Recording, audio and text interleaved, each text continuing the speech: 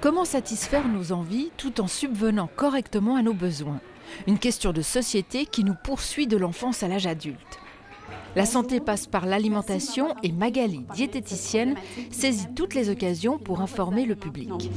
J'aimerais aujourd'hui vous parler de la préoccupation du poids d'une part, des régimes amaigrissants ensuite, et puis ensuite se questionner sur la place du plaisir de manger dans notre société d'aujourd'hui. Il y a plein d'idées fausses sur l'alimentation. On parle de l'alimentation comme on parle de la météo, on parle de maigrir, tout ça aussi à chaque printemps. Et chaque fois, il y a beaucoup d'idées fausses qui circulent. Et on est là pour rétablir la vérité, on est là pour justement transmettre notre savoir, notre expérience. Dans son cabinet, Magali et ses collaborateurs sont confrontés à des situations bien plus préoccupantes, telles que les troubles sévères de l'alimentation. Elle mange peu quand elle est toute seule. En fait, c'est une vraie phobie, quoi. La peur de grossir, c'est une vraie phobie. Donc, les différents troubles dont moi je m'occupe et pour lesquels je suis spécialisée, c'est le comportement alimentaire. C'est une souffrance avec son corps et avec son comportement alimentaire. Et puis, ça peut aller d'un simple surpoids ou d'un simple malaise, d'une préoccupation liée au poids, à l'anorexie, la boulimie. Cette jeune patiente a vécu l'enfer de l'anorexie et de la boulimie. Aujourd'hui, grâce à Magali, appuyée par des psychologues et des médecins, elle va mieux. Bonjour. Bonjour. Je savais que derrière les crises de boulimie, je cachais des angoisses. J'ai peur, encore une fois, j'ai peur, parce que je me dis, mon Dieu, par exemple là, je suis 48 ans sur ma balance. Même si parfois les problèmes peuvent être réglés en quelques séances, il faut souvent des années pour rétablir l'équilibre. Aujourd'hui, ce que j'aime, c'est vraiment ce côté à la fois relation intime, puis à la fois après, il y a aussi quand on a une conviction, moi je suis assez fière de ce que j'ai comme expérience, comme connaissance et puis comme résultat aussi au cabinet, et puis de pouvoir après le transmettre soit à des élèves, soit à d'autres professionnels, soit au grand public aussi. Le métier de diététicien s'exerce aussi dans le milieu hospitalier. Stéphane et son équipe doivent adapter la nutrition en fonction des différentes pathologies des patients.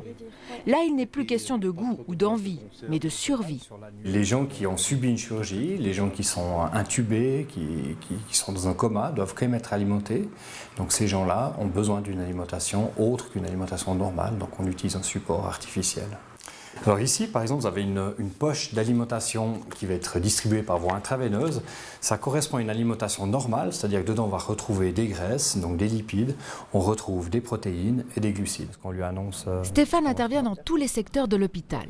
En collaboration avec les médecins et le personnel hospitalier, il évalue les besoins nutritionnels et la façon d'administrer la nourriture, comme ici, aux soins intensifs. Le problème de ce patient, il a été opéré de l'intestin, une partie a été enlevée.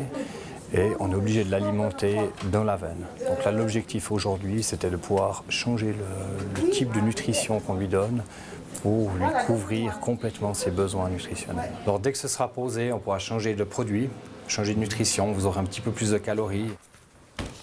Alors notre rôle de diététicien, c'est aussi de permettre à chaque patient d'avoir un régime qui corresponde à ses pathologies lorsqu'il est hospitalisé, ce qui signifie que sur un hôpital comme le nôtre, nous programmons environ une trentaine de régimes et de textures différentes avec des menus à chaque fois adaptés. Aujourd'hui, la gestion des repas de l'hôpital est entièrement informatisée. Le diététicien gère le logiciel permettant au service de soins de saisir les commandes auprès des patients et aux cuisiniers de préparer les repas. Il peut aussi informer les cuisiniers quant à la réalisation de certains repas particuliers. Pas besoin d'être malade pour bénéficier des recommandations d'un diététicien. Lorraine conseille un groupe de restauration collective. Elle supervise l'ensemble des restaurants qui servent dans des entreprises, des écoles et des EMS. Elle forme les équipes sur l'équilibre alimentaire et la maîtrise des coûts. J'effectue des contrôles de menus dans le but de vérifier que les menus soient équilibrés, enfin qu'il y ait une prestation variée, qui respecte la saison. C'est pas parce qu'il y a de la charcuterie grasse que ça fait pas partie de l'équilibre alimentaire.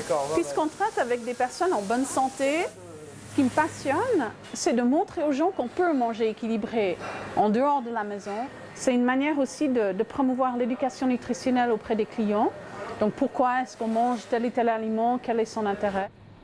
Le goût, la valeur nutritive, les nouvelles techniques en matière de nutrition.